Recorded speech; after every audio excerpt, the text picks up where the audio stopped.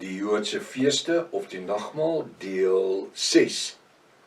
Ek is professor Hannes Redlinghuis van die eerste gemeente van Jaffa Shoah in Suid-Afrika, Pretoria, Montana, ook internasionaal. Sou jy belangstel in enige van my boeke wat ek geskryf het? Ek dink spesifiek aan die 3 Afrikaanse legkaartstudiegids Bybelboeke, wat deel van 'n encyclopedie van 7 of 8 A4 boeke is, wat almal 500 bladsye dik is. Dan boek 1, 2 en 3 is beskikbaar. Dan kan jy my skakel, die nuwe Afrikaanse legkaartstudiegids Bybel. Nou hoekom 'n legkaartstudiegids Bybel? Wel, al die stukke wat hulle weggelaat het, meer as 9000 skriftuurlike veranderings, 18 versweglatings, die bring ek alles terug en ek wys vir u hoe dit moet wees. Sou jy belangstel? Hulle is ook beskikbaar in 'n pakket of as enkelinge. Sou jy belangstel, kan jy my kontak by ons WhatsApp nommer 0722-367-124. Gaan na my webtuiste https://jaffashoah.co.za. Hierbo kan jy al die inligting sien en jy kan dit natuurlik van daar af bestel. Of jy kan my kontak maak. Ons vereenseldig ons nie met enige van die volgende instansie of groepe in die wêreld nie. Geen kerk, geen denominasie, geen Israelvisie, geen Joodse gemeenskap nie. Niks nie. Ons is nie eers protestante nie. Ons is Jaffiste. Ons gebruik net die antieke Hebreëse name volgens the restoration of the original Sacred Name Bible, die Rotterdam version. Dis natuurlik die 1860 Bybel wat Dr. Joseph Briand Rotterdam in 1860 vertaal het uit 'n 1611 King James Bible. Goed. Voordat ons begin wil ek net 'n regstelling maak. Ek het verlede week 2 keer verwys na Japie van Staden. Dis nie Japie van Staden nie, dis Japie van Sail. Dis die leier van die Israel Visie mense. Baie jammer hieroor, dit is nie Japie van Staden nie. Want dis ook goed wat ek nie eens op die notas was nie, en dan weet ou se kop is so besig en dan kom jy dit nie eers agter nie. Ook net verduidelik dat die rede dat ek vir 'n tyd nie boodskappe gekry het nie. Ek was baie siek gewees, ek was in die hospitaal gewees. Ek was 2 weke bedlend gewees wat ek nie eers mag regop sit nie. Dis nou wat ek begin regop sit en weer die opnames kan doen. So ek loof Jaffa vir die genesing en ons gee aan hom al die eer. Sodat u net weet dat was die rede dat al die verskillende boodskappe, behalwe die ontbyte, het ek kom sit in pyn en dit opneem, maar ek kon nie al die ander boodskappe doen nie. Glo u verstaan? Bid vir ons is ook net mense. Ons gaan aan waar ons laas week opgehou het. Die geregtigheid van Jaffa Almagtig 2000 jaar gelede. Romeine 3 vers 26, ons het 'n laaste skrif was Romeine 3 vers 25, Romeine 3 vers 26, om sy geregtigheid te toon. Sy geregtigheid, Jaffa Shoah se geregtigheid te toon. In die teenwoordige tyd, dit was 2000 jaar gelede en ook vandag. Sodat hy, dis Jaffa Shoah, self regverdig kan wees en regverdig maak wie uit die geloof in Jaffa Shoah is. Die Vader regverdig ons deur die geloof. Nie 613 wette nie. Nie eers die 10 gebooie nie. Wat eintlik 17 gebooie is. Gaan lees maar Eksodus 20. Gaan net aan. Na die 10de gebod gaan net aan. Sien daar is nog 7.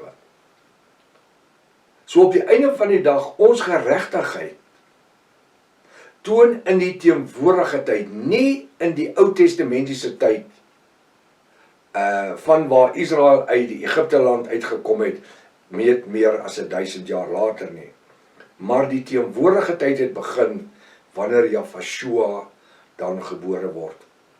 En ons word geregverdig nie deur die bloed van lammetjies en bokkies en duwe nie, maar deur die genadebloed van Jahweh. Halleluja, halleluja. En dit gebeur uit geloof.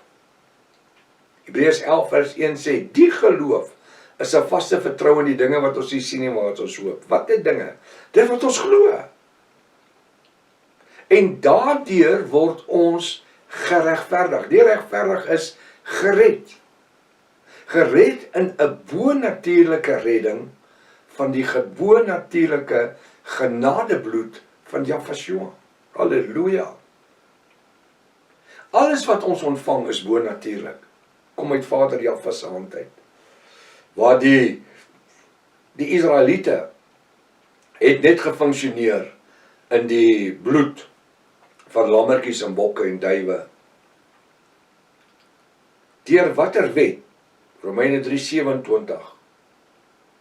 Waar is dan die roem? Apostel Paulus vra, waar is dan die roem?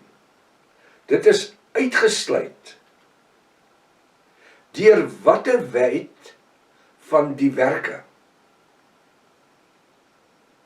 Kom ek lees dit weer. Waar is dan die roem? Hoekom?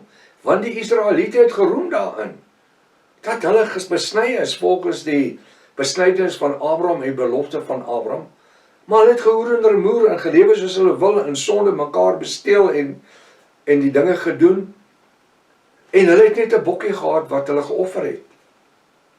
Maar die Bybel sê dat hulle ongeregtigheid was hulle nie toegereken nie. Dit was hulle nie toegereken nie.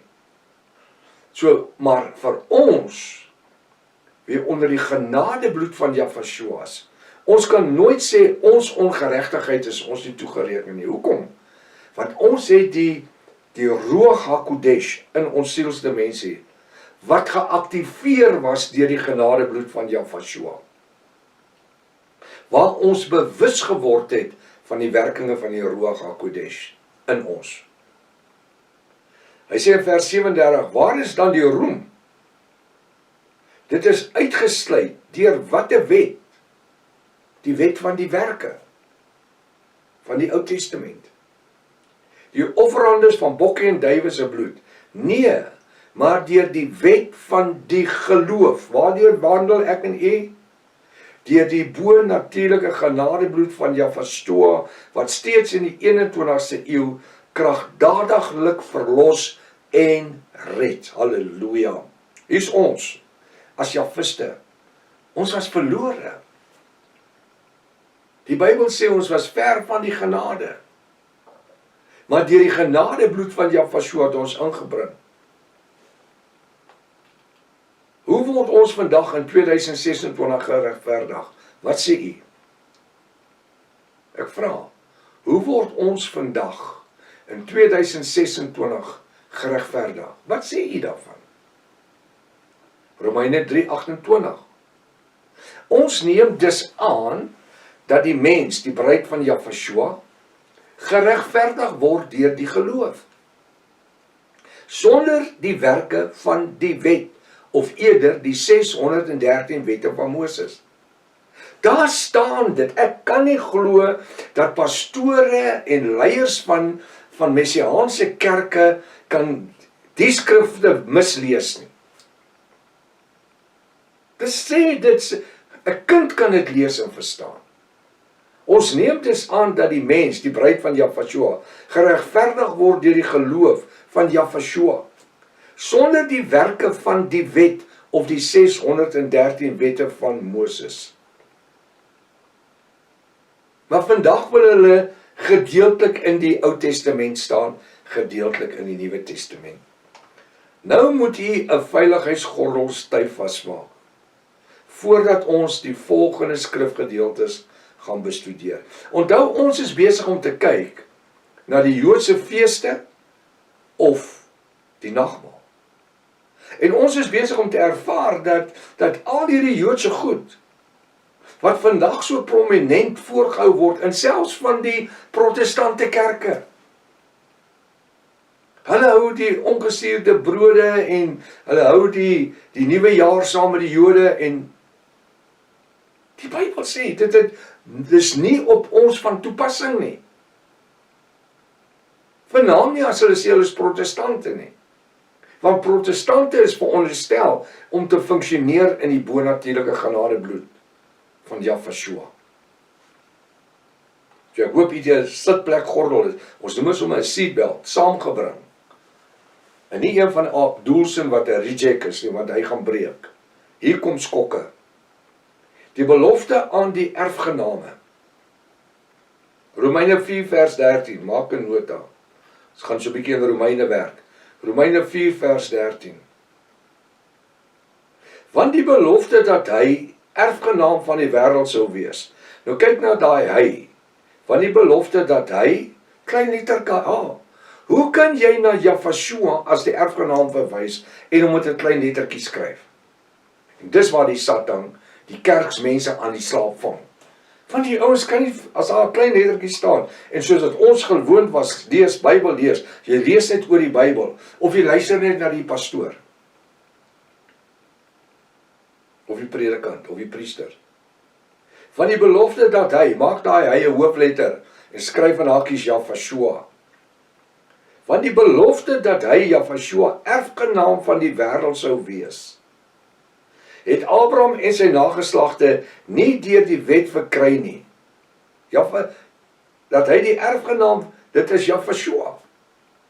Abraham en sy nageslagte het dit deur die wet, hy sê het Abraham en sy nageslag nie deur die wet verkry nie, maar deur die geregtigheid van die geloof. Vader Abraham het nie gefunksioneer onder die 613 wette van Moses nie, want Moses het eers jare later gekom. Abraham, Isak, Jakob, 12 seuns, en dan kry Moses Israel in die ballingskap vir 430 jaar, en dan is Moses daarin. So kyk, waar is Moses teenoor Abraham? Abraham het hoe gefunksioneer? Uit geloof. Hy sê die land van die Galdeërs, en Jahwe sê vir hom trek na 'n beloofde land. Is daar al 'n wet wat gesê het gaan so toe? Nee. Was dit geloof? Ja, hy het in die geloof gegaan. Verstaan? Hy het op geloof gefunksioneer. Alhoewel hy self nie eens geweet het hoe dit werk nie. Want as sy geloof volkome was, sou hy nie by Hagar ingegaan het en Ismael verwek het nie, die slavin, die hoerkind nie. Waaruit die Islam geloof latere jare gebore sou word nie. Die woestynbewoners praat oor dit, oor die wit paus, swart paus, maar daar 'n reeks kyk. So met antwoorde, Abraham het nie wette gehad nie.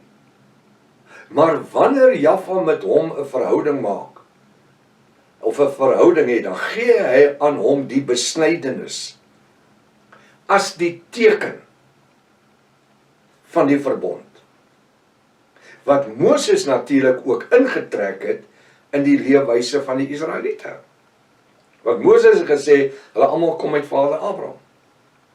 En daarom van die ortodokse Jode tot vandag toe besny die seentjie op die 8ste dag. Maar hy sê Abraham en sy nageslagte, Abraham of sy nageslagte nie verkry deur die wet verkry nie, maar deur die geregtigheid van die geloof in Yahshua die Almagtige, wie hy vertrou het, want daar was nog geen wette gewees nie. As hulle wie uit die wet was, vers 14, want as hulle die Israeliete wie saam met Moses uit Egipte land getrek het, wie uit die 613 wette erfgename is, dan het die geloof in Yahshua waardeloos geword. En die belofte van die ewige lewe tot niet gemaak. Het jy gehoor wat dit sê? Kan ek dit weer lees? Want as hulle die Israeliete wie saam met Moses uit Egipte land getrek het, wie uit die 613 wette van Moses erfgename is, dan het die geloof in Yahshua waardeloos geword. As daar redding was in die 613 wette van Moses, dan was Yahshua se totstandkoming, sy aardswoning waarin hy moes kom, sy liggaam, was dit onnodig. Want deur die geloof in Yahshua het dit waardeloos geword en die belofte van die ewige lewe tot niet gemaak.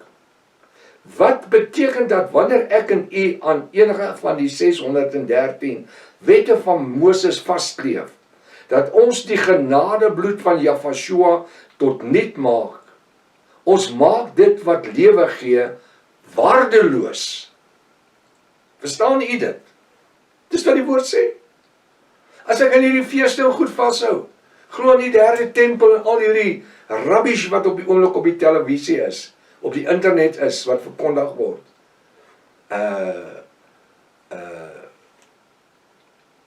Wat meeste van ons spookpredikers en pastore preek, daar moet 'n derde tempel wees. Daar's nie een skrif wat sê daar moet 'n derde tempel wees nie. Gaan kyk na my lesing wat ek gedoen het, die leen van die derde tempel teologie.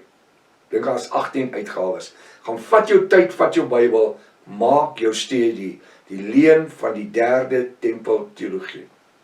Die Satan het dit reg gekry. Soos wat die slang Eva om die bos gelei het, om met haar gemeenskap te hê, so die slang geestelik, die protestante godsdienstiges kon verblind, dat hulle kan gemeenskap hê met hierdie leen van 'n derde tempel, wat eers gebou moet word. Het niks, nou wil ek net iets anders sê, en dit het niks met protestantisme te doen nie, so zero. Die protestante is veronderstel om uit geloof te lewe, dis wat die woord sê. En deurdat hulle al hierdie tierlantynkies aanhang, geskepte dogma en teologie, deur Satan self, en sy trawante, om verwarring te skep onder die Christendom. So bly, ek is nie 'n protestant nie, en ek is nie 'n Christen nie, ek is 'n Jalvis, ek is 'n volbloed Jalvis, ek is nie skaam oor dit nie, halleluja, so dankbaar. Nou wil ek weer sê die kommentaar wat ek hier geskryf het, wat beteken dat wanneer ek en u aan enige van die 613 wette van Moses vasskleef, met ander woorde ons godsaligheid deel daarvan is, dat ons die genadebloed van Jahweh tot niet maak. Ons maak dit wat lewe gee, waardeloos. Die 613 wette het die dood veroorsaak. Het jy dit geweet? Het jy geweet dat die 613 wette het die dood veroorsaak? Romeine 4:15. Want die wet werk toren. Die wet 600, daar is nie een wet nie. Oor die wet wat sy daar van die wet praat, dan is dit die 10 gebooie. Nou wat is een van die 10 gebooie? Want die wet werk toren. Nee, waar hy praat van die wet, het ek al geleer, is wette. Dis hoe dit die veranderings en die vertalings en die hersienings ingebring het. Om die mense se gedagtes weg te lei van 613 nuttelose wette. Want Hebreërs 7:18 sê, dat Vader Jahwe het dit tot niet gemaak, weens die swakheid en die nutteloosheid daarvan. Jy kan vir jouself net gaan en jy kan Galasiërs 5 vers 1 tot 22 gaan lees. Doen jouself die guns. As ons plaas hierso, vat jou Bybel en gaan kyk na Galasiërs 5 vers 1 tot 22. Bybel sê, as ek nog aan die wette vashou, dan lewe ek in my sonde, dan het ek van die genade van Jahweh verval. Hoe lewe julle messiaanse mense met hierdie skrifte? Hierdie goed wat ek hanteer hierso, is skrifte wat soos rooi ligte staan. En julle is verblind vir dit. Ek wil vir sê, julle predikers gaan eendag voor Jahwe staan, en julle gaan verantwoordelikheid aanvaar, omdat julle mense toeoe, 'n onbybelse dogma gelei het. Ek daag julle messiaanse ouens. Kom vat my aan. Oor al hierdie skrifte wat ek met u deel. Sê vir my, hoe kan jy dit nie raak sien en lees nie? Selfs julle messiaanse kerksmense. Hoe vertrou jy jou pastoor? Gaan vra vir hom, wat sê hierdie skrifte? Sê vir hom, pastoor, kom ek sit met jou en ek speel 'n video. En jy speel hierdie video vir hom. Sê, pastoor, wat sê jy hiervan? Hulle het nie antwoorde nie. En my Bybel sê, wat jy aan die geringste van my kinders doen, doen jy aan myself. Daar ek is beskiklik ernstig oor die. Hoekom? Want dit maak mense dood. Dit maak mense dood, terwyl Jafashua gekom het om vir ons die lewe te gee, deur die 613 wette van Moses tot nie te maak. Weens die swakheid en die nutteloosheid daarvan. Gaan lees Hebreërs 7 vers 18. Jy kan die hele Hebreërs 7 gaan lees. Nou sê hy Romeine 4 vers 15. Van die wet werk toren. Wat is toren? Oordeel. Dood. Die wet, die 613 wette van Moses, werk toren of oordeel.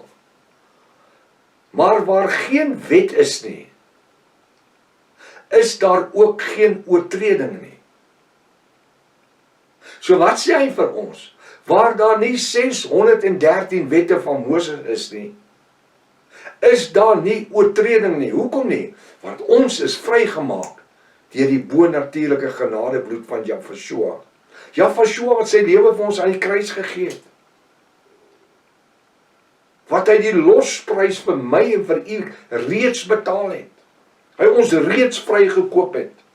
Jy moet my verskoon as ek ernstig raak, want dis lewensbelangrik, dis doodsake. Hierdie boodskappe is die verskil tussen lewe en dood. Dan verkies mense om blindelings agter pastore, predikante en priesters en leiers aan te stap. Terwyl hulle nie die guts het om die pastore en die leiers aan te vat en sê, wat sê die woord nie? Of gee u nie om nie? Is u tevrede dat u kinders maar net in 'n godsdienstige tradisie moet groot word, wat eintlik die dood meebring? Want hulle hou nie die hele 613 wette nie. Ek gaan dit in Afrikaans sê, hulle pick and choose, dit wat vir hulle lekker is. Die feeste en die maan en die sabbate en die tiendes en dit is wat hulle kies. Jou kinders is jou verantwoordelikheid. U sal moet besluit of u wil kerk speel en of u wil ernstig word oor dit wat u glo. Weet jy hoekom? Die tyd is besig om min te word. Kyk wat gaan aan in Iran en Amerika. Luister na wat sê Rusland. Luister wat sê China. Luister wat sê Noord-Korea. Hierdie wêreld van ons is so naby aan die eindtyd as wat jy kan kry.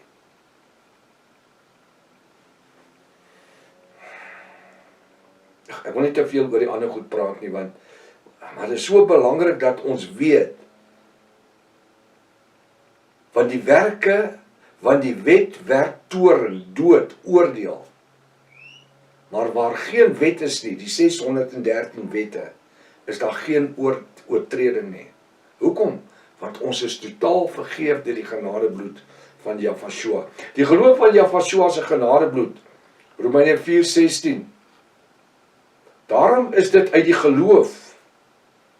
Daarom is dit uit die geloof, nie 613 wette nie. Nie 'n hoëpriester wat een keer vir 'n jaar vir homself moet sonde offer nie. Ek wil net vir die messiaanse ouens vra. As julle dan wil vashou aan die derde tempel teologie, wie is julle hoëpriester? Ek hoor nie? Wie is julle hoëpriester? Wat een keer 'n jaar vir julle 'n bokkie gaan offer. Want as jy aan een van hierdie wette van 613 wette vashou, dan moet jy almal hou vas. As jy een verbreek het, het jy almal verbreek. Wie is die hoëpriester? Wanneer julle messiaanse ouens, wanneer hou julle dan versoening offers?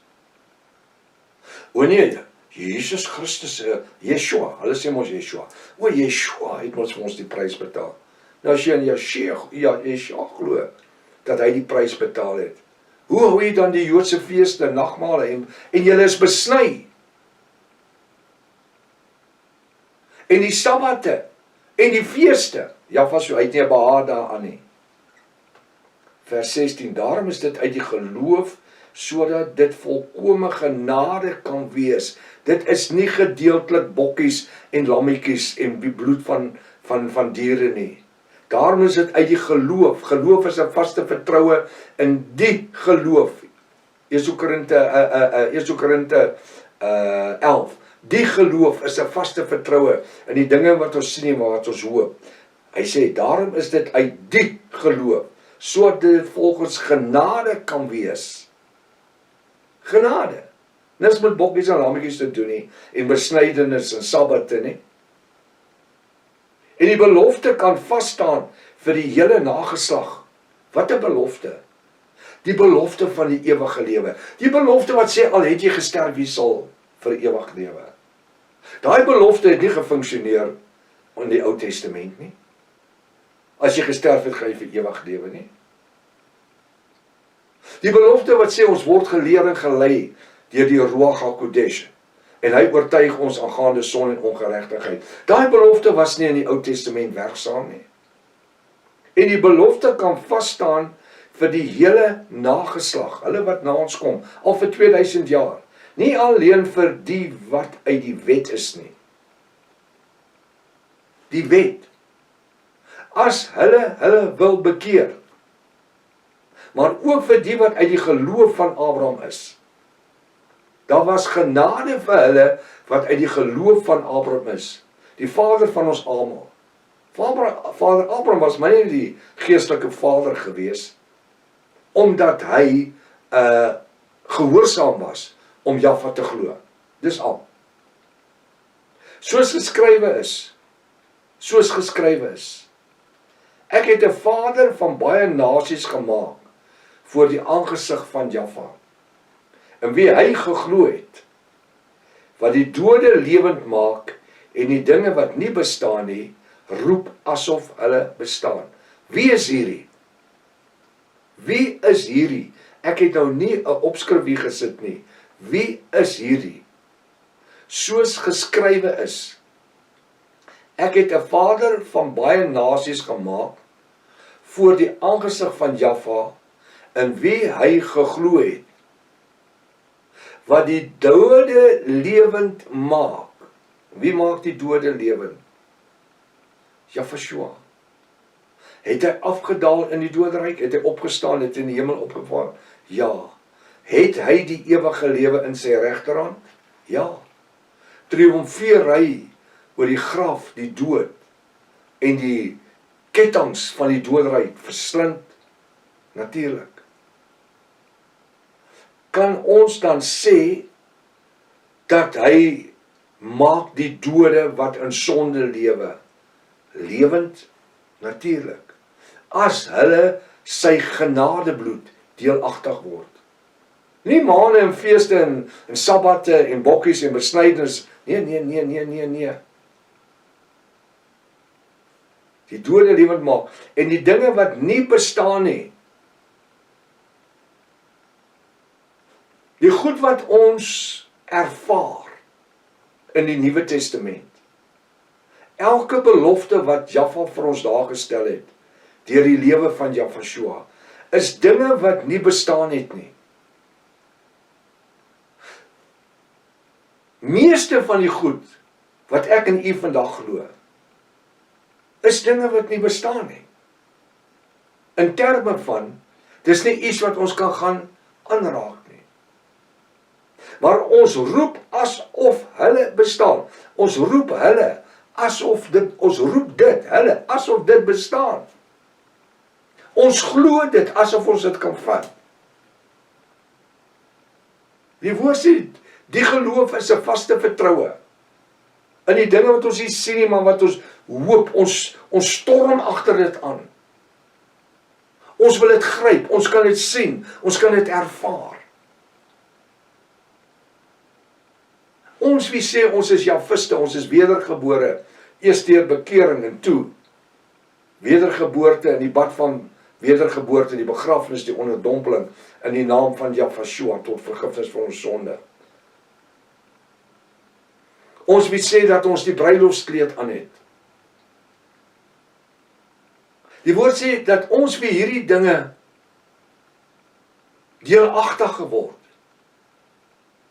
Hoe kan ons nog daarin lewe? Romeine 6 vers 1 sê, of weet julle nie dat ons almal wie in Jahwe geonderdompel is, in sy dood geonderdompel is nie. Ons is dus saam met hom begrawe, ons het opgestaan, ons is nuwe skepsele. Ons kan nie in die ou lewe van die Ou Testamentiese verbond lewe nie. Dis hoekom die Bybel praat van 'n Ou Testament en 'n Nuwe Testament. Wat beteken oud? Redundant.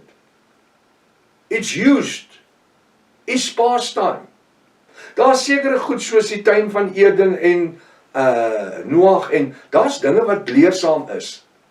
Maar wanneer by die wette kom, wat veronderstel is om die redding van mense te bewerkstellig, dan vind ek dit nie in die Ou Testament nie. Hy het sy tyd gehad. En ek het dit al 100 keer verduidelik, dis soos om Kaap toe te ry. Hier van Pretoria af Kaap toe, van die N2 en jy ry met hom Bloemfontein toe. Ry reguit Bloemfontein toe. As jy in Bloemfontein kom, is jy die Kaap. Nee, jy's in Bloemfontein. Van Bloemfontein af ry jy reguit aan Kaap toe. Verstaan ons dit? Bloemfontein is nie die Kaap nie. Die Ou Testament is Bloemfontein. Ek gebruik 'n metafoor hier. Ons is op pad na die ewige lewe in Yahshua. Na ons eindbestemming, waar ons erfgename word. Waar ons stryd volëindig het in die geloof, wanneer ons in heiligmaking sterwe eendag. Dit noem ek die Kaap. Is ons al in die Kaap? Nee. Is ons op pad Kaap toe? Ja. Gaan ons deur Bloemfontein? Ja. Wat is Bloemfontein? Die Ou Testament. Die Ou Testament is vir ons 'n leerskool, 'n pad, om ons voor aan die kant by die Kaap uit te bring. So wat doen ons? Ons gaan deur Bloemfontein Kaap toe. Ons gaan deur die Ou Testament in die Nuwe Testament in. Daar's goed om te leer, dis die pad wat so loop. Dis 'n menslike metafoor wat ek hier gebruik. Maar ons lewe is nie die Ou Testament nie. Ons lewe is die eindtyd, die genadebloed van Yahshua, wanneer ons stryd volëindig het, wanneer ons in hom sterf. Ek wil dit net lees hier, soos geskrywe is. Ek het 'n vader van baie nasies gemaak voor die aangesig van Jahwe en in wie hy geglo het, dat die dode lewend maak en dinge wat nie bestaan nie, roep asof hulle bestaan. Ek en u leef in daardie sfeer van geloof, waar ons die dinge roep wat nie bestaan het nie, asof hulle bestaan. En dit het niks met Joodse feeste en maane en sabbate te doen nie. Maar die tyd is ons alweer gevang. Tot volgende week as Vader lewe en gesondheid spaar, sy wil daarby is, Maranatha. Yahshua kom weer. Halleluja.